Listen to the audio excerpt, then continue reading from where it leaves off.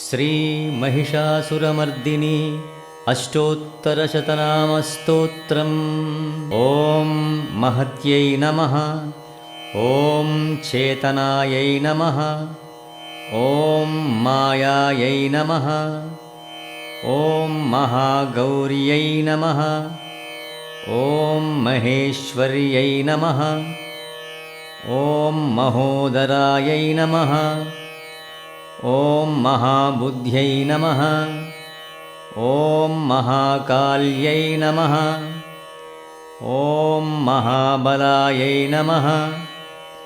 ॐ महासुधायै नमः।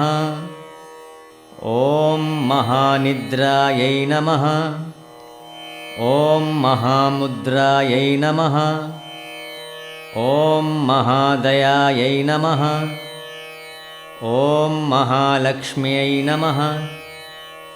ॐ महाभोगायै नमः। ॐ महामोहायै नमः। ॐ महाजयायै नमः। ॐ महातुष्ट्यै नमः। ॐ महालज्जायै नमः। ॐ महाधृत्यै नमः। ॐ महाघोरायै नमः। ॐ महादंष्ट्रायै नमः। ॐ महाकान्त्यै नमः। ॐ महास्मृत्यै नमः। ॐ महापद्मायै नमः। ॐ महामेधायै नमः। ॐ महाबोधायै नमः। ॐ महातपसे नमः। ॐ महासंस्थानायै नमः। ॐ महारवायै नमः। ॐ महोरोषायै नमः। ॐ महायुधायै नमः। ॐ महाबन्धनसंहार्यै नमः। ॐ महाभयविनाशिन्यै नमः। ॐ महानेत्रायै नमः। ॐ महावक्त्रायै नमः। ॐ महावक्षसे नमः। ॐ महाभुजायै नमः। ॐ महामहीरुहायै नमः। ॐ पूर्णायै नमः। ॐ महाछायायै नमः। ॐ महानघायै नमः। ॐ महाशान्त्यै नमः। ॐ महाश्वासायै नमः। ॐ महापर्वतनन्दिन्यै नमः। ॐ महाब्रह्ममयै नमः। ॐ मात्रे नमः। ॐ महासारायै नमः। ॐ महासुरघ्न्यै नमः। ॐ महत्यै नमः। ॐ पार्वत्यै नमः। ॐ चर्चितायै नमः। ॐ शिवायै नमः। ॐ महाक्षान्त्यै नमः। ॐ महाभ्रान्त्यै नमः। ॐ महामन्त्रायै नमः। ॐ महामयै नमः। ॐ महाकुलायै नमः। ॐ महालोलायै नमः। ॐ महामायायै नमः। ॐ महाफलायै नमः। ॐ महानीलायै नमः। ॐ महाशीलायै नमः।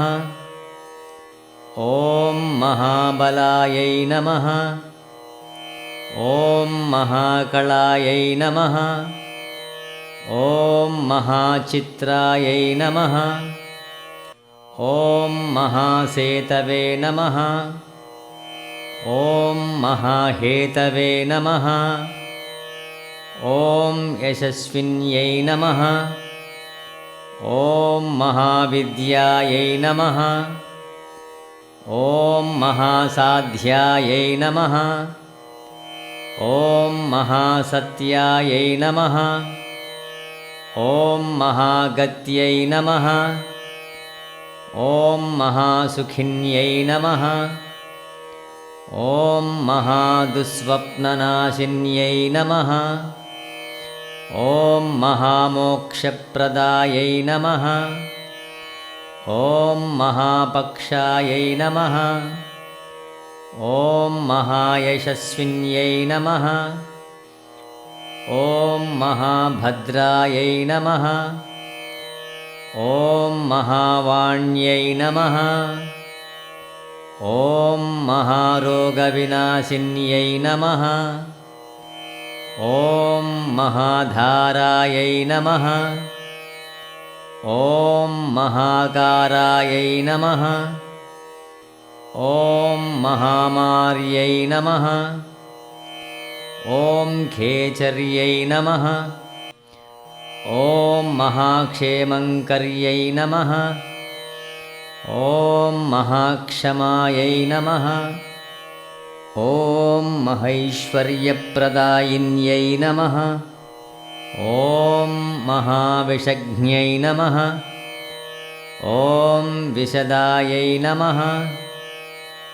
ॐ महादुर्गविनाशिन्यै नमः। ॐ महावर्षायै नमः।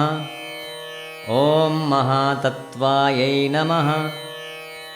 ॐ महाकैलासवासिन्यै नमः। ॐ महासुभद्रायै नमः। ॐ सुभगायै नमः। ॐ महाविद्यायै नमः। ॐ महासत्यै नमः। ॐ महाप्रत्यङ्गिरायै नमः। ॐ महानित्यायै नमः। ॐ महाप्रलयकारिण्यै नमः। ॐ महाशक्त्यै नमः। ॐ महामत्यै नमः।